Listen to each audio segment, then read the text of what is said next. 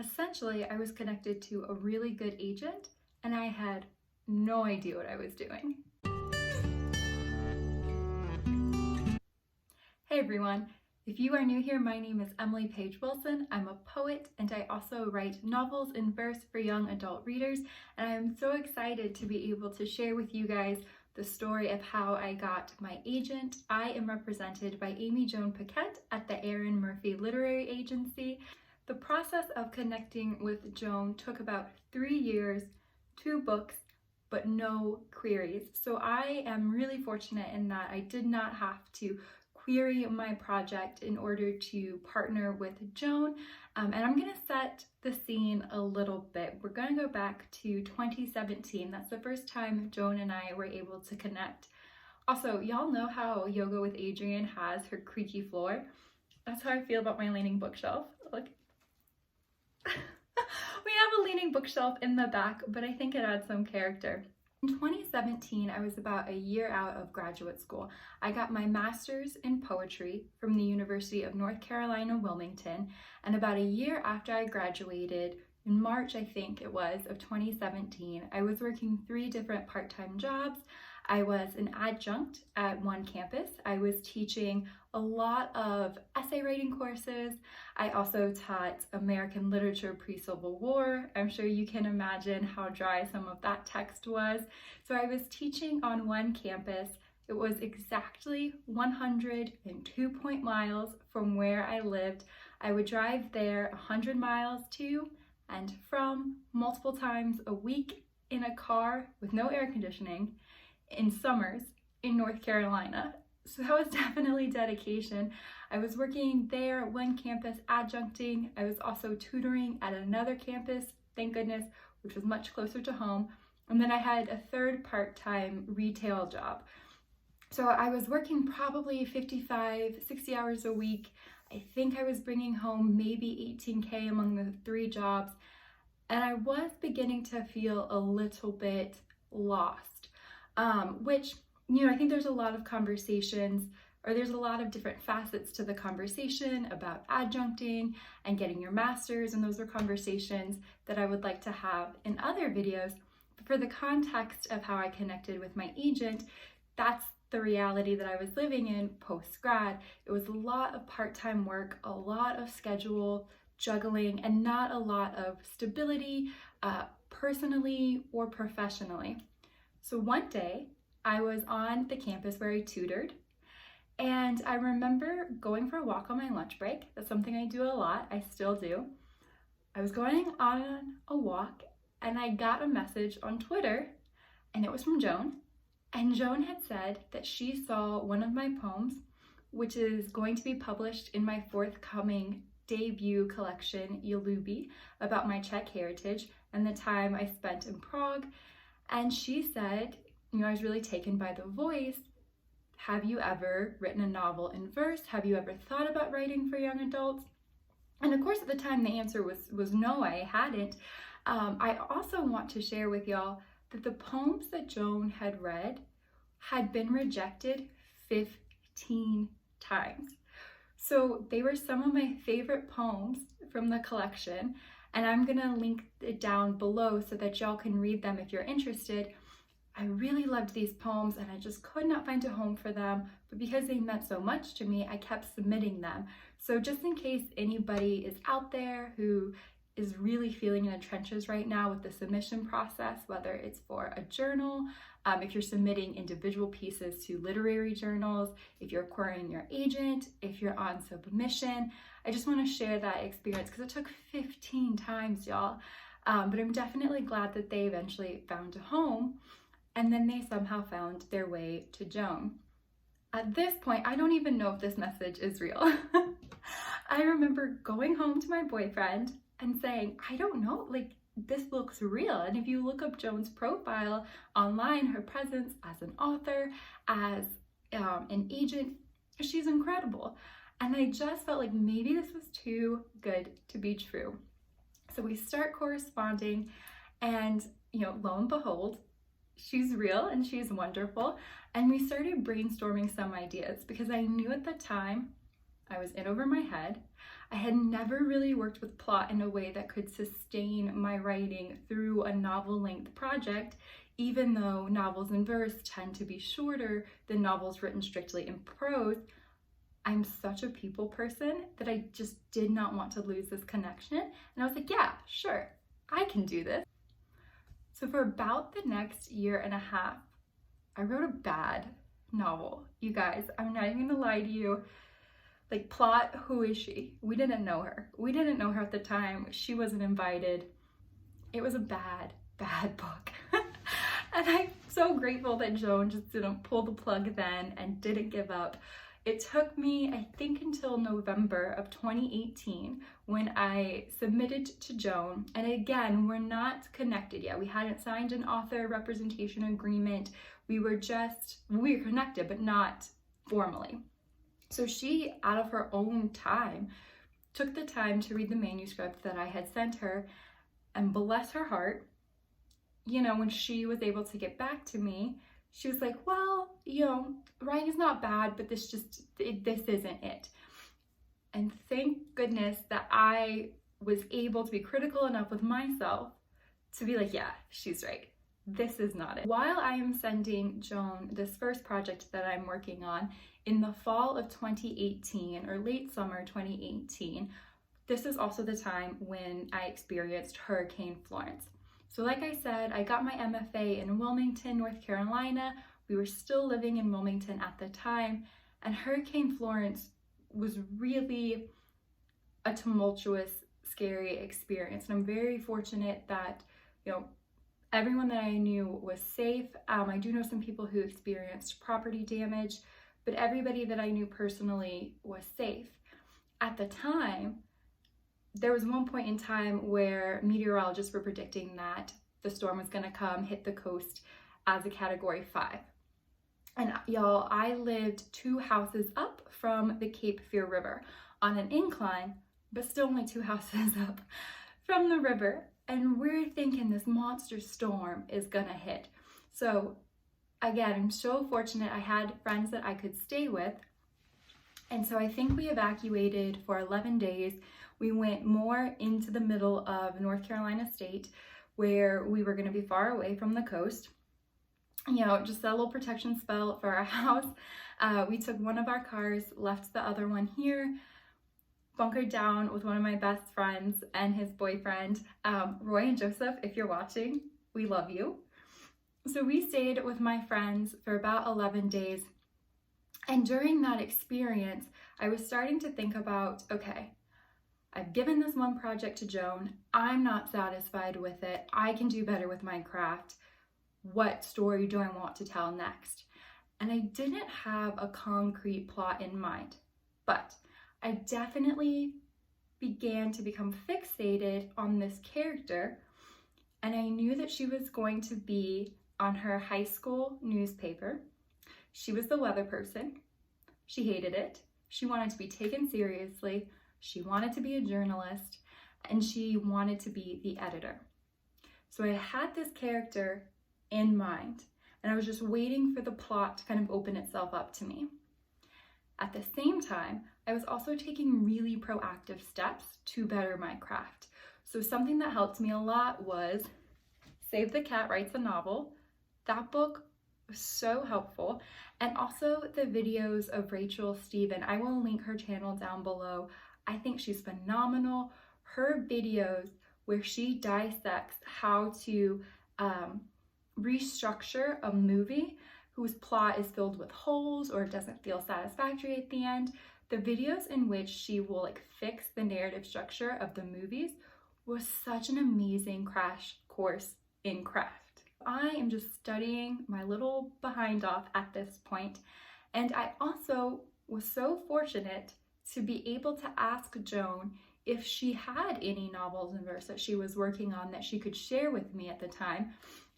And y'all, I got an ARC of Elizabeth Acevedo's The Poet X.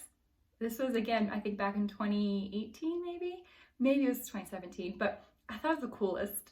I just thought I was so cool to have my hands on this ARC. So that was really a study Bible on craft as well, right? How to utilize verse and voice and how to consistently carry a character through a plot point using language in vignettes. And so that's the scene, right? I'm thinking about this character. I'm living through Hurricane Florence, and I'm also taking a lot of time to study craft seriously in a way that I wasn't thinking about during my MFA because I was studying poetry. Days pass, and we're finally able to go back to Wilmington. And y'all, let me tell you what a tricky scenario that was. If any of y'all had to evacuate for Florence, let me know down in the comments below what your experience was like, because it was really frightening. I remember my boyfriend and I think we tried to leave once or twice, and we were just following Facebook groups, and people who had not been able to leave or who had chosen to stay were posting updates, but they were changing sometimes like by the minute about whether certain highways were closed, whether there was flooding on the roads. It was a very scary time. We came back. Our house was fine. We rented, it wasn't our house, but the house we lived in was fine. Our cars were fine. Our friends and family who stayed were fine. And one day, a few days later when we came back, our friends Laura and Michelle, also Laura and Michelle, we love you too. Our friends Laura and Michelle came over to our house, and they owned power tools and we didn't. So they helped us take down the cork boards that we had, stapled, that we had drilled to protect the windows and the doors during the hurricane prep. They were helping us take it down. And Michelle, I don't even know if Michelle knows this. Surprise, Michelle. So Michelle was telling me a story about how she stayed in Wilmington. She was considered a civil servant because she was a part-time librarian. And I have some feelings about the state making people stay during a hurricane when they aren't going to give them full benefits. But but Michelle did have to stay, and she ended up working at a shelter.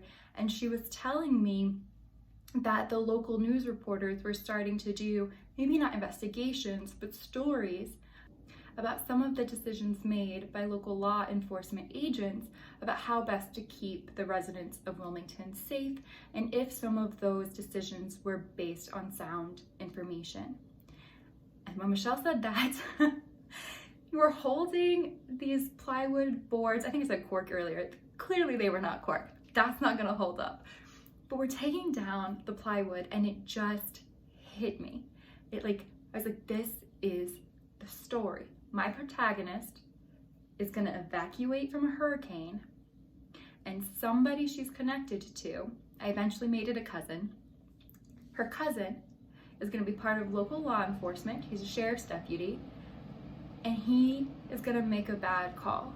And she is gonna have to decide, do I write this expose in the hopes that it proves that I'm serious enough of a journalist to be able to take over the newspaper, or do I keep this a secret in order to try to protect my family? So 2 years into the working relationship that I've developed with Joan, at this point in February, it was probably about 4, 5, 6 months past Florence.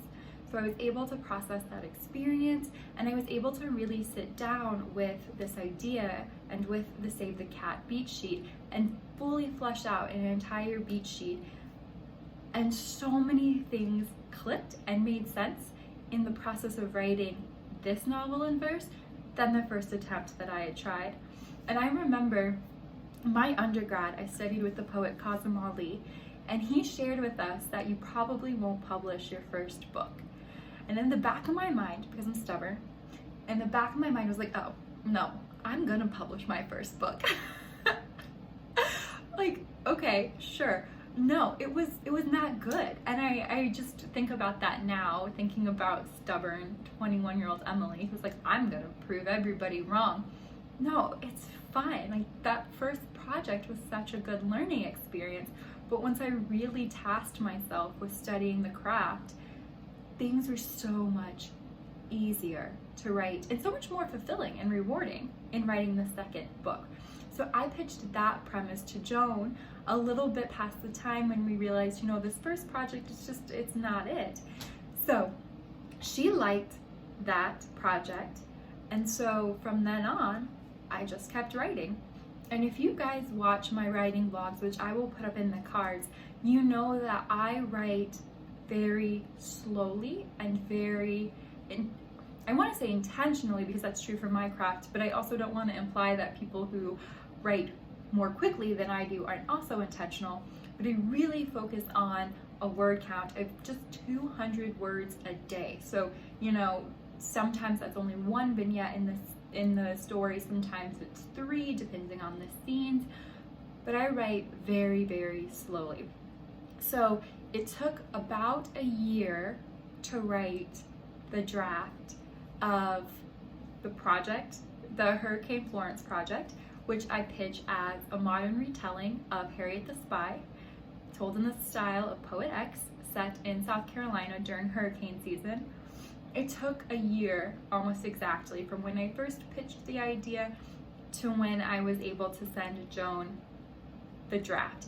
And it wasn't a first draft. I wrote it. I didn't have to do much tinkering with the overall structure of it because I had been so faithful to my Save the Cat beat sheet, but I cleaned up some of the language, developed some of the subplots. So I think she saw a draft that was probably like 2.1 or 2.2 in terms of how I denote my editorial process numerically. So this is February 2020. Joan gives me indication that she likes this project, she thinks there's a lot of potential here, and that she's going to give me some feedback and that she wants to see further edits. So essentially, we just spent quite a lot of time going back and forth with suggestions and edits. So at this point, we're leaning into the summer of 2020. And of course, it was a difficult time for many people, for many reasons. Communication back and forth was a little bit slower just based on personal and professional things that were going on for the both of us.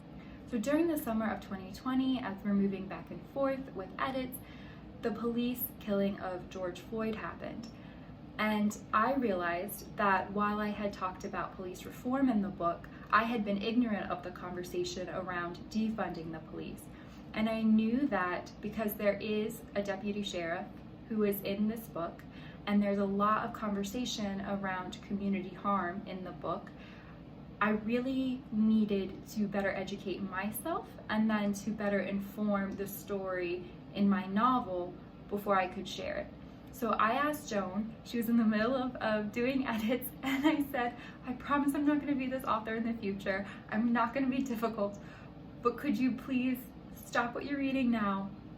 I need to take some time. I need to research. I need to educate myself better. Can I deliver this back to you once I have the lens now and have educated myself about defund the police and this movement as well?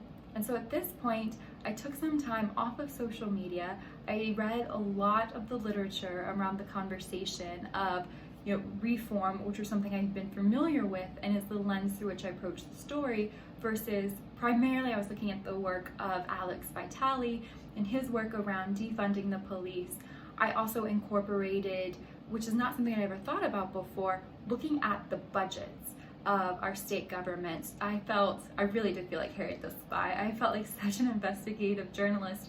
I had people who were really helpful, who helped me locate and walk through the state budgets for South Carolina in the year 2018. And it is really telling what gets funded and what doesn't get funded in terms of community resources. And so I was able to take a step back to better myself, to educate myself, and then to be able to turn to my book with this new perspective, because I wanted to make sure that A, I was doing justice to the characters in the story, because I imagine my characters would be smarter than me and would be aware of this conversation, and B, also my future readers who are young adults, if they're in the social activist sphere, they're aware of this conversation, and to not include it would have been a disservice to them as well. And Joan was a total champ.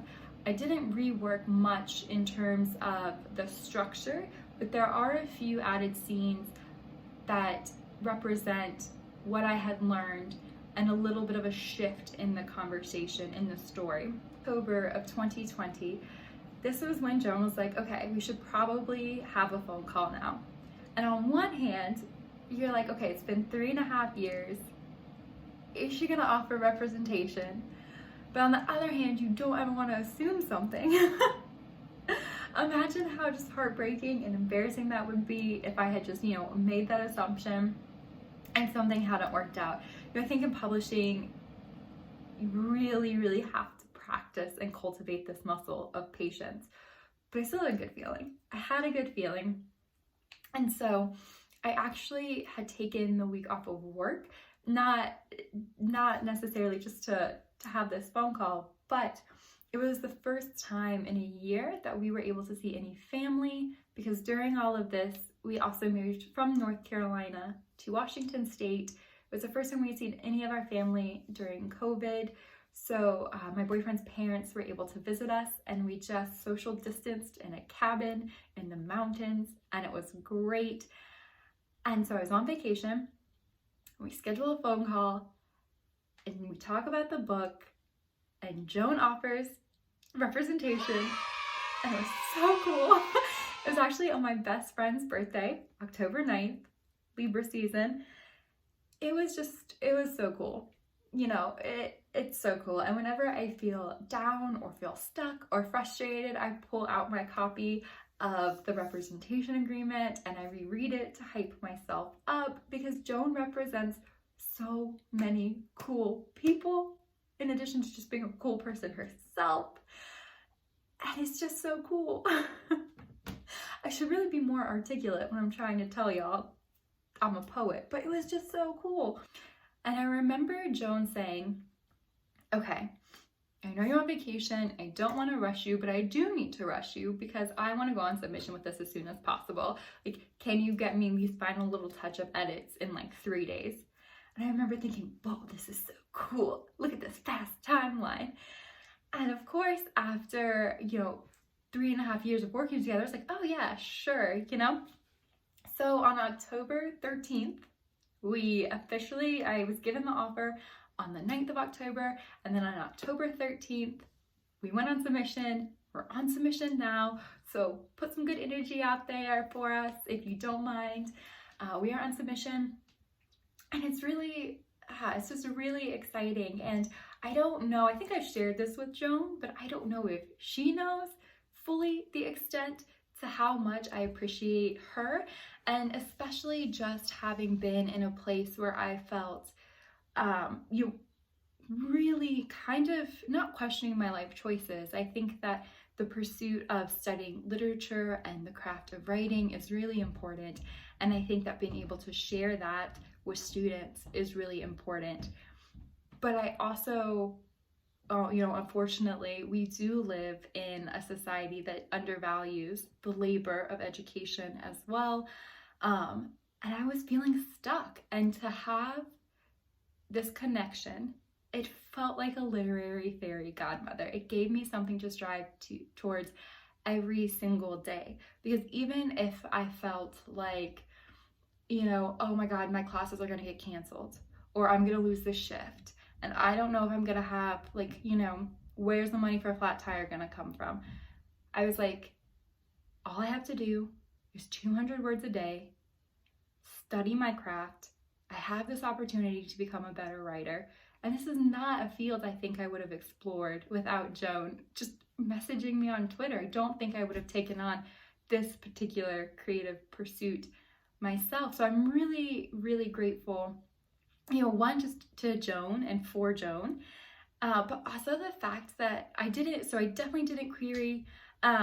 Don't despair though. I also, as a poet, I'm not unfamiliar with the struggle of submitting your work, whether it's a full-length collection of poetry, whether it's individual poems to journals, of writing those cover letters, sending out the submissions, waiting for months to hear back. I'm familiar with that process.